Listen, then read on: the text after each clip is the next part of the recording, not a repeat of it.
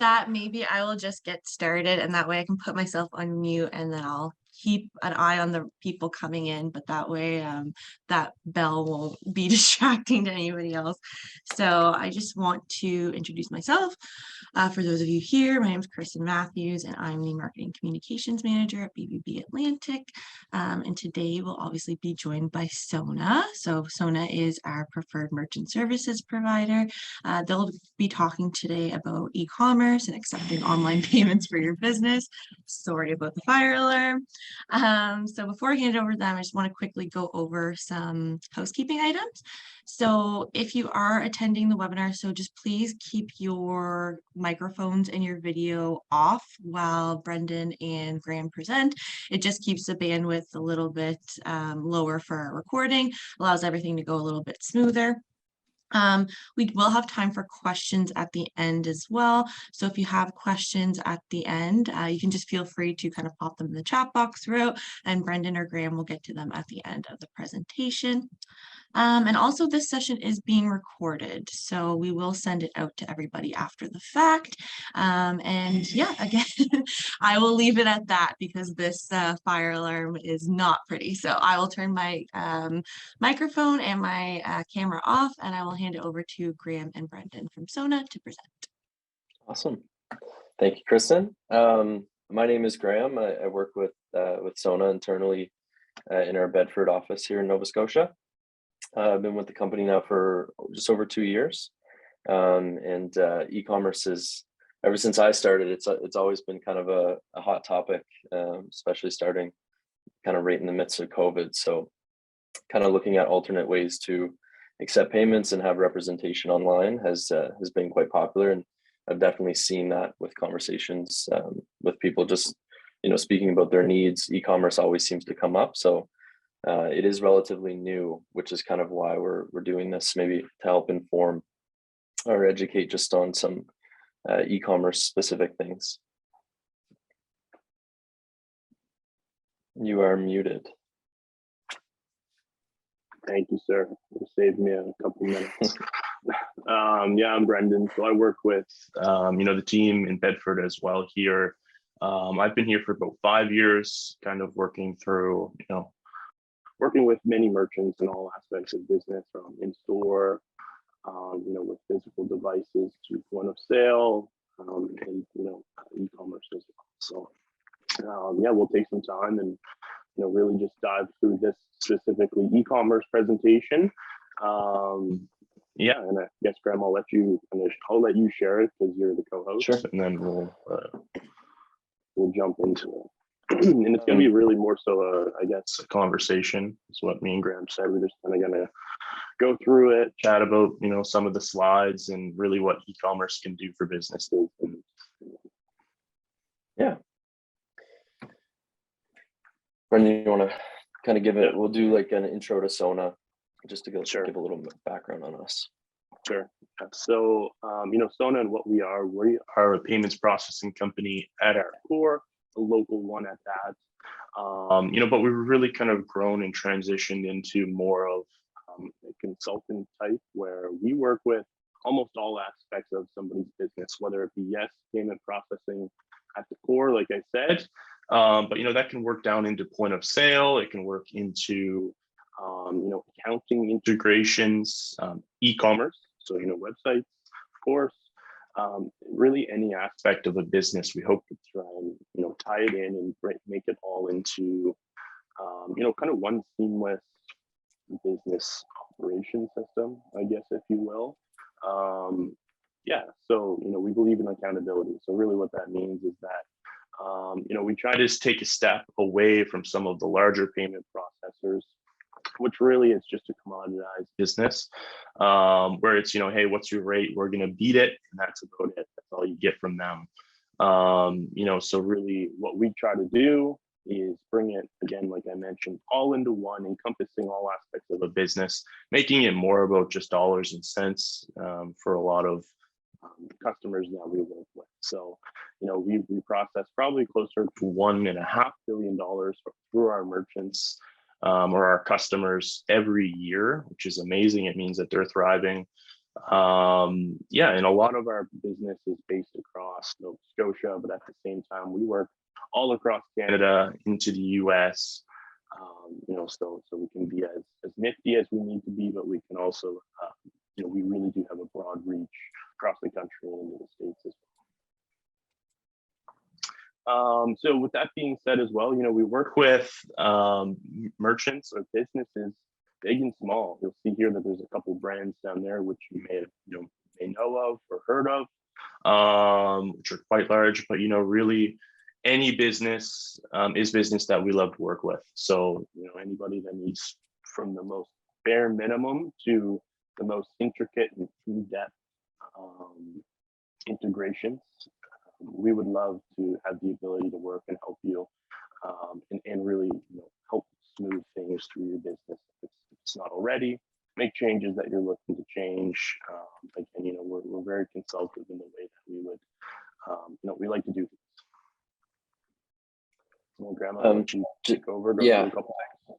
Just also, I've been noticing like it might be your headphones, but you might want to switch to the laptop audio because it's like loud and then it'll go really quiet. Okay, sounds good. Thank you. So maybe just disconnect the headphones. So yeah, kind of just an intro to e-commerce, and I'm sure you're kind of all aware of it, just seeing it naturally. But really, like one of the big drivers has been COVID, with everything getting shut down for in-store for quite a while. People were looking to shift to look at other ways to accept payments and run their business.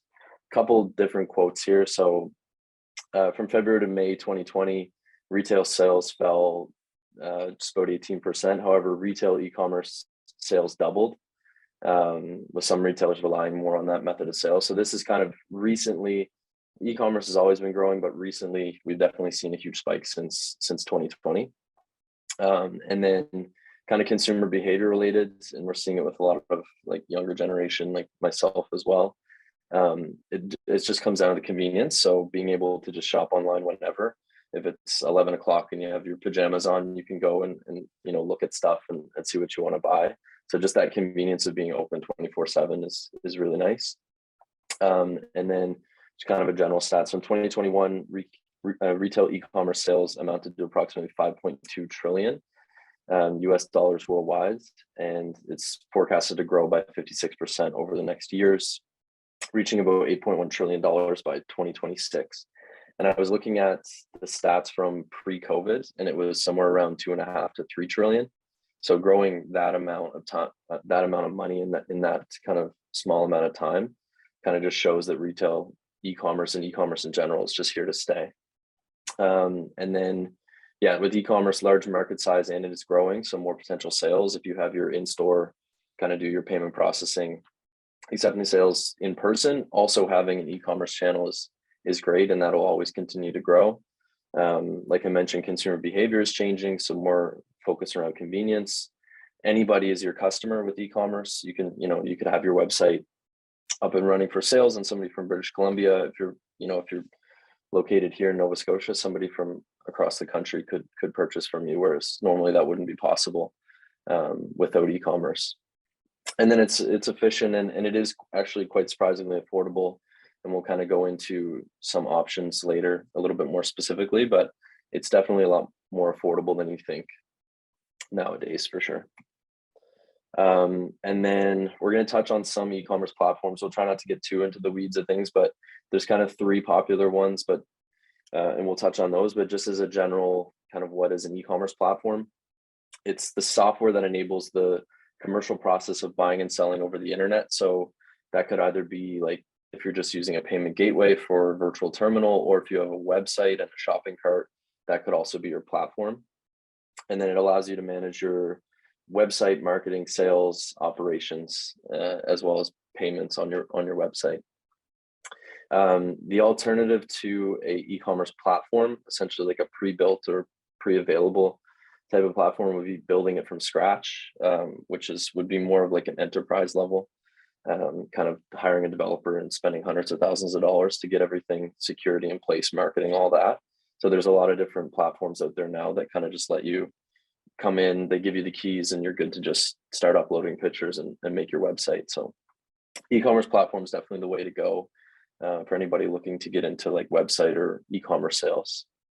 especially small to medium sized businesses.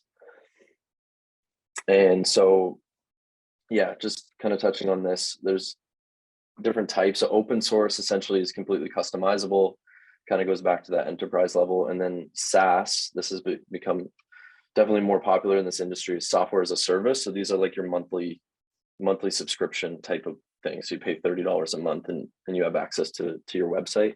So definitely SaaS has been really popular as of late, but a little bit with open source. It's completely customizable, so you can go in and change the coding. So if you have a developer and you want something specific, you can, it is flexible enough that you can go in and manage that that code and change things to how you need to. It is popular with IT heavy kind of organizations, anybody that has that resource available to them. And then you can either host it in the cloud, or if you have enough infrastructure, you could host it actually on location. If you had a big enough server, you could do that. A couple of the ones that are most popular for open source, WooCommerce and Magento, definitely by far and away the most popular here. But with open source, you're responsible for things like PCI compliance, so making sure you're treating customer information, payment details, billing addresses, things like that. You have to manage all that compliance. You have to host the website, so you need to get servers, or you need to use a third party to host the website for you. You need to manually patch it if there's bugs in the website. Sometimes there's security issues if your security in your IT isn't the best. You're kind of building it yourself, so you need to make sure that security is top notch. And then you need to build specific tools. So, if you kind of need to do the SEO and the marketing tools yourself, if you're going through open source, whereas the comparison, I guess, so here's some pros and cons. So there's flexible hosting. Open source is a lot more flexible in terms of where you integrate to. So it's kind of open in that way. If you have a really niche like CRM, you can kind of plug that into an open source, whereas a SaaS platform is a little bit more closed down. And it's very scalable. So if you start out small on this, you can always grow, just add in more hosting, you can develop more tools that you need right through the code on the open source. It is a hassle if you're a smaller to medium sized business to do it this way, because it's going to be a lot of work. Whereas in comparison to like a SaaS e-commerce platform, they've essentially, like Shopify and BigCommerce are the popular ones here. They've essentially built a platform that you sign up for, you pay $30 a month, and then they just do all the development. They've made all the SEO tools and the discounts and the promotions. All that is already built. And you essentially just put in your website domain and you change the colors and choose a theme, and it's already pre-built for you. So it takes a lot of that kind of customizability and upkeep out of it. But it, as a con, it's kind of a little more closed down, but there is still a lot of large brands using SaaS. Essentially, you're just renting the platform. You don't actually own it. They're just kind of renting it to you for a monthly fee. And they do come like preloaded with a lot of different features. And then there's always like third-party apps or plugins that you can use as well. Like they have kind of a robust third-party app market on there. And then these SaaS platforms take care of like the PCI compliance. You don't have to worry about that. Hosting, they host it for you. Any updates or security issues, that's all on them. So they're, and they're hosting websites for like hundreds of thousands of different businesses. So all of this stuff is very enterprise level that you're getting for, for a small monthly fee, and you're a smaller business. So there's kind of a big pro there that they're just maintaining everything for you. And it's very quick to set up. You can, most people can just do it themselves. You go in and, like I mentioned, you add your pictures and put in your logo and, add your text, and it's pretty much ready to go. You know exactly what it's going to cost because you subscribe for the monthly plan versus an open source one. You don't really know based on development or hosting. You can't really tell that up front. Very easy to use. You don't need any IT experience, and they're still scalable as well. Like there's quite a few large brands that are still using like a Shopify or a BigCommerce, so can definitely scale with you. The only two cons really is lacking in flexibility, and then there's limited customizability for design. So one thing that we've seen is like one Shopify website will look similar to another one. So it's, if you're really looking to stand out, Shopify or BigCommerce may not be the best fit for you. If you really want to put in that time, you could go the open source route and do customization everywhere, and to kind of stand out, you wouldn't look like the rest of the SaaS platform websites out there. I guess a break for questions. I'm not sure that was a lot of information, but if there's no questions, we can kind of keep going. I can't really see the chat or anything, so I assume there's no questions.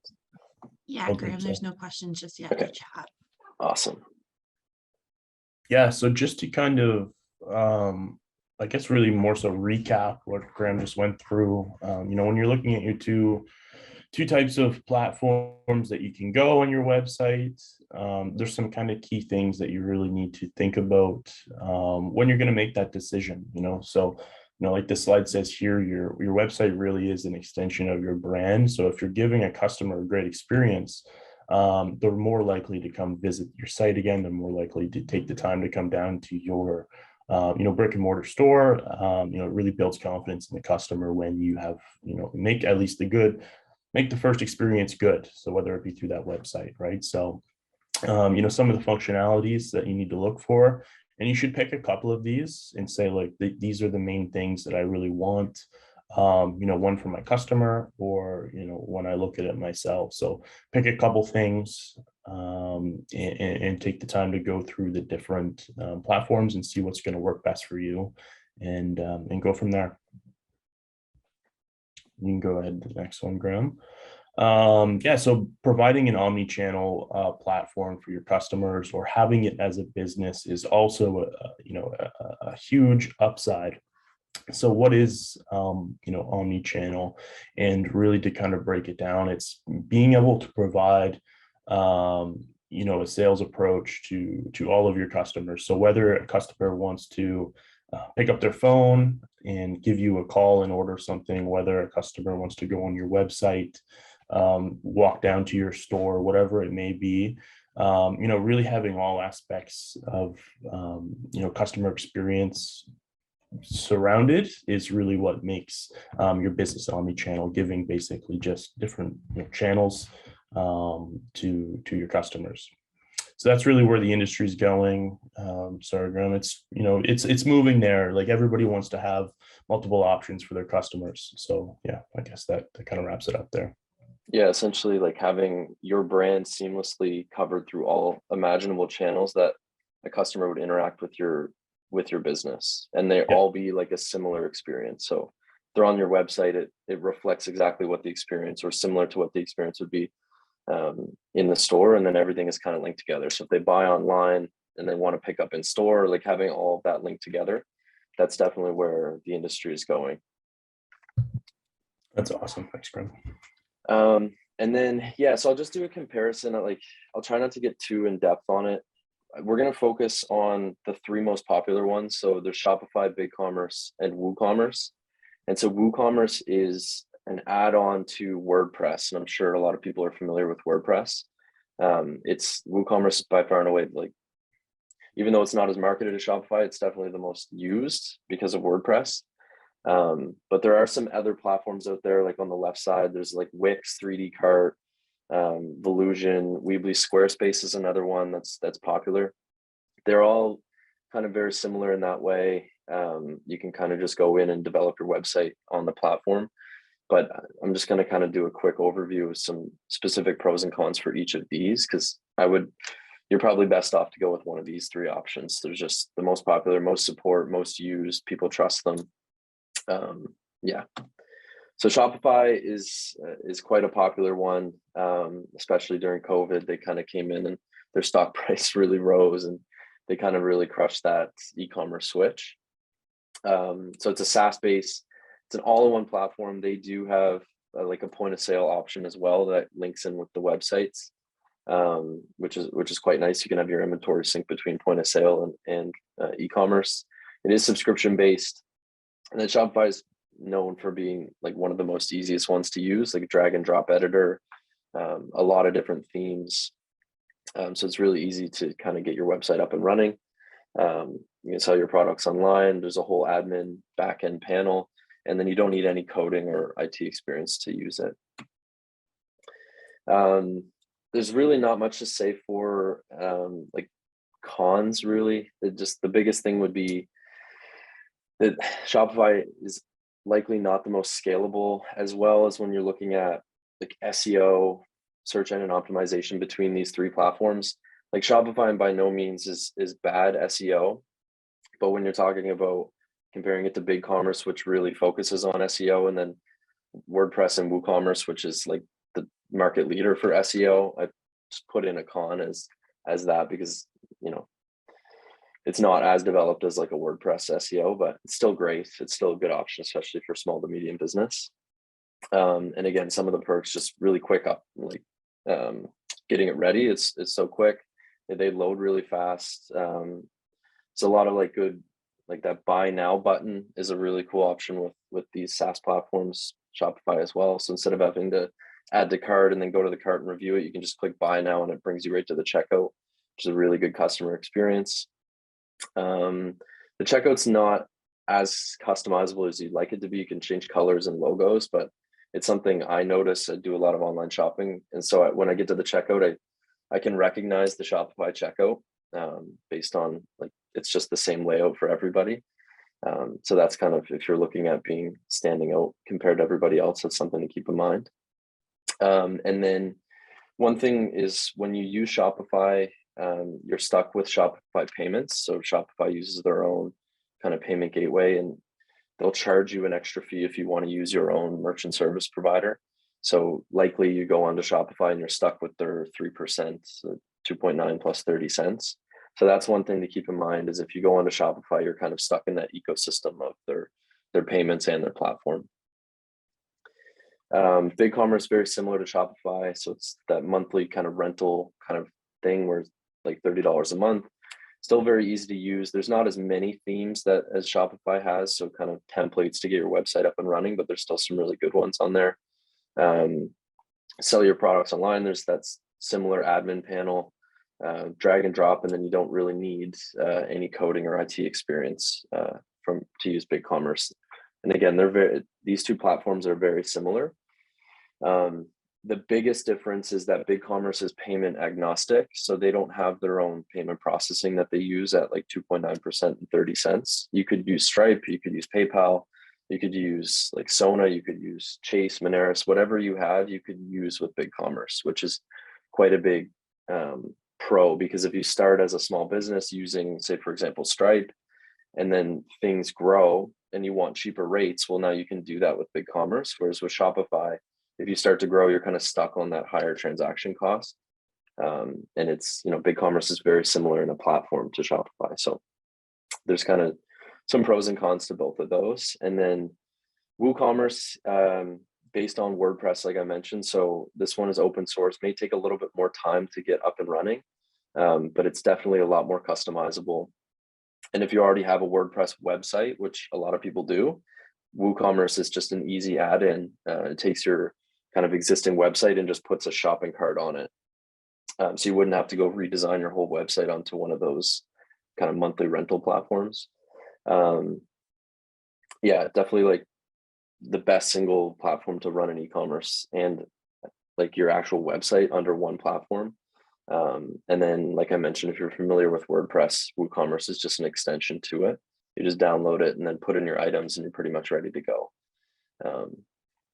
It can be like hosting can be expensive if you're using a third party, but because WordPress doesn't host for you, you have to source your own. There are some kind of like third parties that are recommended that you can download right from WordPress. So it's still a great option. Definitely like the most scalable, I would say, in terms, because when you look at BigCommerce, they're payment agnostic, but WooCommerce also is as well. Like it's completely open source. So no problems with scalability in terms of like payment acceptance there. And then Brendan, if you want to touch on the costs.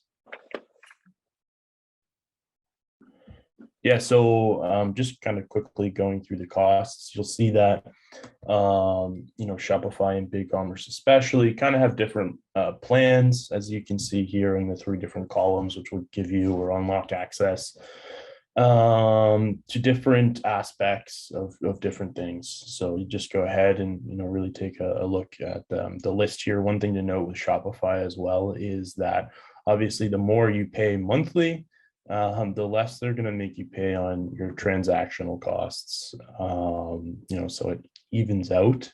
However, Shopify still does give you that penalty if you're not looking to accept through their payments. They're kind of pulling you in from every direction to really hold you on their platform and keep the user with them. BigCommerce. So, you can see that in terms of pricing, it's pretty much the exact same thing. The functionality, Graham, and, tell me if I'm wrong, but I would assume that, the functionality is probably pretty similar in the way that very similar. plans work, right? Yeah. Yeah. So, you're going to get pretty much the same thing. BigCommerce, one thing that you can do, and I'll mention, from experience, I guess, is that working with customers that have, switched from, let's say, Shopify to BigCommerce, and we've helped them through the payments aspect. You can see quite a bit of savings through working with a third party. Anyway. Yeah. I guess, WooCommerce. So, like Graham kind of mentioned a little bit ago, it's free to install if you are using a WordPress login. And so, hosting can obviously range probably depending on who is the platform that's going to be hosting. So I don't know, like Amazon Web Services or, Google, whatever it may be.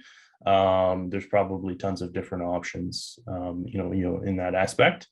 Communications. So you'll see that you kind of have to pay for, a couple different things when you look at WooCommerce. And that's why Graham mentioned, in the past that, it is the most scalable, but it can certainly be more daunting, I guess, if you look at it as especially a small business when you maybe don't know that you're going to need all these things until you kind of hop into it, and then it gets a little more pricey, but the scalability is there. And that's kind of the benefit of like that Shopify or BigCommerce model, is that they take care of like the SEO, the SSL certificate, the hosting. You don't have to worry about any of that. Whereas with WooCommerce, you would have to go kind of source that yourself and put it onto your website. So it can range. As the biggest thing would be your hosting. So if you're a smaller website, you don't need a lot of bandwidth on there, then your hosting would be relatively inexpensive. But then if you all of a sudden grow and your website becomes more popular, you'll have to upgrade that. So the cost will kind of increase with that. As you need more bandwidth for your website, more visitors, you'll have to it'll increase your monthly budget for that. And I'm gonna go through I guess quickly payment gateways, what they are. So I guess payment gateway as a whole really can be used in a couple different ways, two different ways to be more specific. One being, through the online store or through a CRM, where basically a payment gateway sits behind the customer facing or the technology that the business is actually using to send invoices or do different things day to day. A payment gateway really sits in the back. It's not seen, and it will simply accept the payments from the tool that the business is using or the online store, where basically the customer, let's just talk about it in the simplest way, which would be if I go onto a website and I add all of my items that I'd like to purchase through the cart. And that's the kind of the customer facing hosted platform of it, which would be your, Shopify, for instance. And in the back end, what would happen is then after I want to go check out and click pay, the Shopify, let's say, for instance, says, here's the amount of money that needs to be processed, sends that information to the payment gateway, for the payment gateway to actually, run the card details, verify the customer, collect the payment, and send it back to the issuing bank to confirm that this payment is legit. And then in the end, it comes back to the payment gateway once it's been verified by Visa, MasterCard, or the bank, and it goes to the merchant. Meaning they're collecting those funds. So, if you want to think about it, it's essentially a cash register that, sits behind a wall. Some of the most popular gateways. So, these are, the ones that you hear about the most. They have the most partnerships, I would say, or the most integrations. So Shopify Payments specifically is powered or runs on Stripe. It's just a white labeled product that Shopify has taken from Stripe. And again, Shopify really holds you down to using Shopify payments. So when you look at these different gateways, a lot of small businesses, medium business, any business really would look at the fee that they're charging at 2.9% and 30 cents and go, wow, 2.9, I know exactly what I'm paying with every single transaction. They're easy to set up. So again, no tailored pricing. It's just one price fits all. And, a lot of people would look at that and go, wow, it's really easy to know what I'm going to be paying. When in reality, there's certainly different options out there. So if we look at an agnostic gateway, this means that you would need to set up a merchant processing account through a merchant processor, and then you would need to find, or the merchant processor, I guess in this case, would find you an agnostic gateway, and then they would hook the two together for you. So although the process does seem maybe more complicated, it's really just as straightforward as setting up, Stripe or Shopify payments account. This allows you to shop around for better rates through the merchant processor. So you don't always get that 2.9%. The rate really honestly could be as low as 1.8 or 1.9% on some transactions when you're looking at saving you almost an entire percentage. And some businesses may go, well, hey, I'd rather just pay the 2.9 because I know what I'm paying all the time, rather than a fluctuation in rate based on a couple variabilities. 1.1% or 0.5% on X amount of dollars can certainly be a great deal of savings when you look at it over the course of an entire year, let's say. And in terms, go ahead. Sorry, I was just gonna say, in terms of again, going back to scalability, you can use, if you're looking at WooCommerce or BigCommerce, all three of these options, and these are the most popular ones for being agnostic. You can use any merchant provider. So even if it's not SONA, for example, but you wanted to use Chase or Moneris or Global Payments, whatever, if you have an existing relationship with a merchant service provider, you don't have to switch over to Stripe or PayPal for that. You can just use your existing payments and then put it into this. And these payment gateways will work with that BigCommerce or WooCommerce. So it's a lot more customizable, a lot more scalable for you, and you have more control over it because you actually own that merchant account. So there's going to be less funds held. There's going to be less risk, assessment, because they've gone through the process of the merchant account, the merchant provider, they've approved your account. So now there's less risk for that as well. That's awesome. Yeah, exactly. And then so kind of just to go down kind of the other route, I guess, with what a payment gateway has the ability to do, and that would be kind of more customer facing, in the sense where you would log on through a portal, virtualterminal.com, for example. You would log in and you would actually be using different abilities that this payment, that the payment gateway gives you. So whether it be a virtual terminal for having the ability to call your customer and ask them their card number and then enter it in through the virtual terminal, whether it be for, let's say, recurring billing. So if you're let's just say an example, gym membership, where you are a business that need to be able to set recurring billing per week, per month, bi-weekly, whatever it may be, it essentially saves the customer's card data and pulls the exact same amount, in terms of dollar amount every month or week, whatever you set it to. This would be going in and searching for different transactions or using different reporting tools through the actual payment gateway. Electronic invoicing is a huge one. So any type of business, or I guess maybe not any, but lots of business types would be working with invoicing. And so having the ability to generate an invoice for specific items or generate an invoice in general, have it emailed to a customer with a payment link attached to it, meaning that when I receive the invoice from so-and-so, I open up the email, it shows me my invoice, and then I have the ability to click a link and enter my own card data, meaning that, we've seen especially that if a business calls and you're like, well, I don't want to give you my card information because what if it gets written down in a book somewhere and that book gets later thrown out down the road and then it gets found in the garbage, whatever it may be. It's not very PCI compliant. Like, so having the ability to enter my own card data, which I know is going to be automatically scrambled, or I guess encrypted, exactly, right? So that information is basically unusable as soon as I enter it myself, which is awesome. And then just to kind of a couple other ones there would be like third-party integration. So if your business uses like a QuickBooks or an accounting software, you would have the ability to basically have all of your transactions uploaded automatically at the end of every day. And then of course, quick click, like a shopping cart. So this gives you the ability to maybe not set up, the full shopping cart, but it gives you the ability to add a buy now button, I believe is what it would be right now.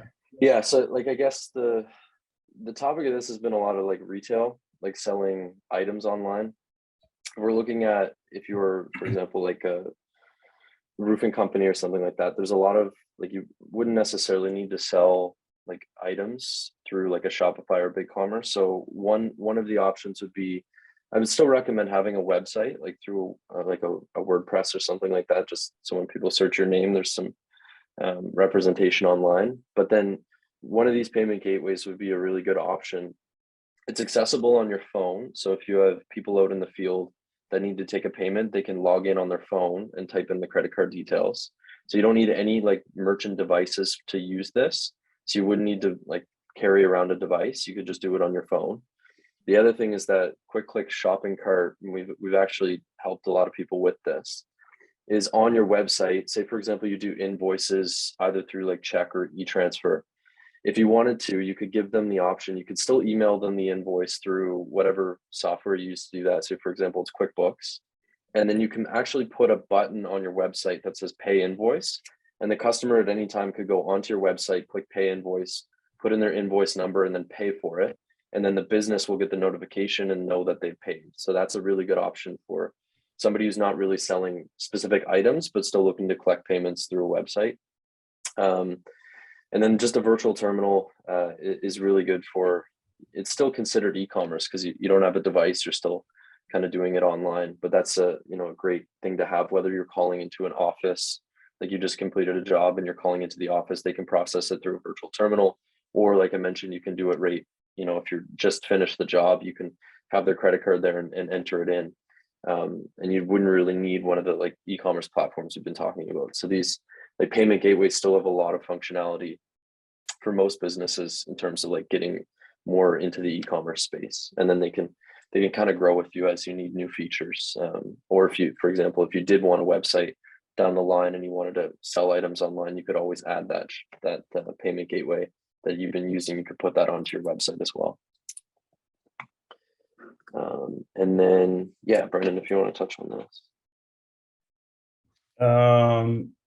Yeah, so essentially this really kind of just wraps up the two different types of payment processing through, one of, I guess, the larger like Stripe, Shopify, or I guess what we would call it is more so a flat rate based company. So, again, that company that goes, hey, 2.9%, 30 cents, that's what you're getting, that's what you got. So, Graham put this together and it really just kind of shows the potential savings from the 2.9 and 30 cents with, as you can see in the top right hand corner there, a volume of roughly 200,000 in credit card and about 4,000 transactions. So at the agnostic gateway, I will say there that 2.3% is, I guess, variable. So when we say 2.3%, what that means is that that would probably be the average, because in credit card processing, if you look at it, it really varies depending on the card type that's used by the customer. So whether that be a base card, you're going to have a lower percentage as a business to process that card than if you were to accept, let's say, a business infinite card, or a card that gives you, I would say, more rewards or points, you would be paying that more as a business, and that cost comes directly from Visa, MasterCard. And what a lot of these, whether it be Sona or Moneris or a larger payment processor, we have the ability to do a cost plus based system where these Stripe and Shopify payments, they don't have the ability to do that because they're not the actual card processor. They're coming to a card processor and saying, hey, look, we want the ability to process payments. We're going to do it through your system. But in the end, they're really not the ones that are holding or creating merchant accounts for businesses, which means they need to be more costly and charge more in order to cover ground, through all of their customers. And then another thing is like it's called interchange. So every single business pays the same interchange. So what like a Stripe or Shopify payments is doing is that 2.9% covers every single card type that you could imagine. So even like your business infinite privilege or whatever, the highest card type, 2.9% still covers it by about 0.5%. So you don't get that benefit of you're always paying like the most expensive rate plus more. Whereas with what we can do in agnostic gateways is it varies, and there's never going to be an interchange, and your rate will never be as high as 2.9, even on the most expensive card. But then you get the kind of benefit of having those lower cards, which are most often used. You get that passed through to you at a lower rate. So you're kind of getting some variability, but also there's tremendous amounts of savings, especially as you start to scale. And this is only at 200,000. And, imagine if you were doing more and more as the business grows, there's that number of savings, the differential between like a Stripe or Shopify versus an agnostic gateway will just continue to grow because it's a variable cost. So there's definitely that's kind of the biggest thing I would say in terms of what to be careful for when you're going into like looking at payment gateways or websites is just pick something. If you're gonna scale, just make sure and the biggest example is Shopify. Like if you start on Shopify and you build your website and you have all your items in there, you're kind of stuck on that 2.9% plus 30 cents, which if you're not looking to scale tremendously, you may not really even notice it. But you're kind of locked into that. Whereas if you're looking to kind of start out and then grow sales and you're looking for a way to cut costs, well, now if you're already on Shopify, you're kind of stuck there, or else you'll have to rebuild your whole website. So I guess the biggest thing would be just kind of do the research up front, find a platform that can grow with you if that's something you plan for, because the last thing you'd want to do is really have to pivot and redesign your whole website, hire a company to do it. That's just a lot of cost and hassle down the line. So it would just be to pick the one that's the right fit for you and then kind of go with that. So yeah, I guess once you've done your research, if you pick a platform, there's a few things you want to do is start building your website. And you can do that either yourself. I would say majority of people still do it themselves. The other way that you could do it is work with a third party, like a developing company. And a lot of them actually have kind of added on the BigCommerce and Shopify part of things to help you with the SaaS-based platforms. And that's a little bit less expensive than if they were to build you a WordPress website or a WooCommerce, because there's a little bit more development and coding on those. So you can either do it yourself or you can hire somebody and get quotes for that. And then, you'd want to go through and kind of set up your marketing goals, your SEO stuff. So you'd want to label all of your pages and add all your text in. And then if you're selling products, you could go through and add your products. If not, kind of just do the text and the copy and add the pictures and stuff, and pretty much you'll be ready to go.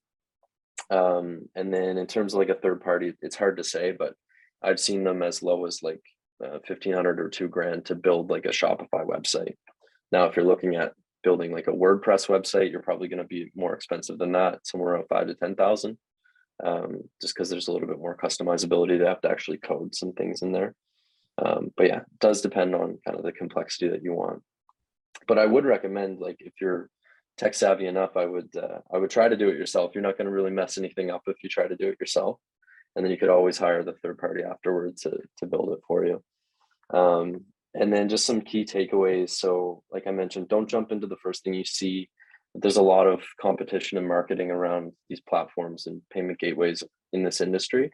So I would do like your research, call different providers, or look online, ask your friends, other businesses what they use. Yeah, that would kind of be your best bet there. Don't just jump into the first thing. And then, yeah, like I had mentioned before, once you're on a platform, it's very hard to migrate off that. So it'd be a lot of work to kind of build a new website, new platform. The payment side of things is not so difficult because you just kind of unplug the one that you were using and plug in the new one. So payments is scalable, but the actual platform itself, where the website lives and all the content, that's kind of hard to migrate. And then, yeah, map out your costs and know your budget. So kind of go around and see what like payment processing would be. And then if you're looking at one of those SaaS platforms, the $30 a month, at least you know that. And then if you're going to go the WordPress side, get a quote from a developer. Just make sure you know what you're getting into in terms of cost, because it is still, cost is always very important when you're looking at this type of stuff. And I think that's all we have. So if anybody has any questions, I don't know how long we went on for, but yeah. Kristen, is there any questions in there? No questions in the chat box yet. I will encourage, just because we had a few people tune in a little bit later who missed the Sure. housekeeping. So if you do have a question, feel free to pop it in the chat box. But Graham, I have a question actually for Sure. just some of our smaller businesses out there. I know you kind of briefly touched on it, but say we had, there's a really small business, they maybe have, 2 or 3 people, they're really not tech savvy, but they want to create an online platform. Out of the platforms you talked about, which is the best one to just kind of get started into something like that? It would be between Shopify and BigCommerce for sure, because it's so easy. You just go in and sign up for it, and then they kind of give you you have access to your like admin console right away. So you can go in and start design before you even pay for it. Actually, like both Shopify and BigCommerce, they do 14-day trials. So that allows you to sign up, and then you can start building your website. And then as soon as your website's ready, you can either go live, or if that 14 days runs out, you can cancel it, or you can choose to go live at that point. So those would be the ones that I recommend. Shopify kind of has that kind of description of business that you mentioned. That's been really popular for them, just because it's marketed so well, and it's really easy to set up. And then in terms of payments as well, it's easy because it's all integrated in there. So if you're not really sure about it and you kind of want to look at it, I would say either Shopify or BigCommerce, because it's so easy to set up, and they're cancelable at any time as well. So if it's not the right thing for you, you can just close your account and then they'll stop billing you. Awesome, thanks. And I can definitely vouch for BigCommerce, as Graham's helped me out to use that a little bit in the last few months. So it's definitely quite easy to pick up and use. So still no questions. So I guess we will leave it at that. Like I said, the webinar has been recorded, so I will email that out to everybody, and I will also post it on our website. We have a webinars page, and I'll send that out to everybody. So if there's no questions, I will leave it at that. So thank you so much, Graham and Brendan, for presenting to us today. We really appreciate it. And I will, in the email, I will attach SONA's contact information if anybody has any more questions or want to follow up on anything that Graham and Brendan presented today. So thank you guys so much. We really appreciate it. And I hope everybody has a great day. Thank you. Thanks so much. Bye, everyone. Bye. Bye-bye.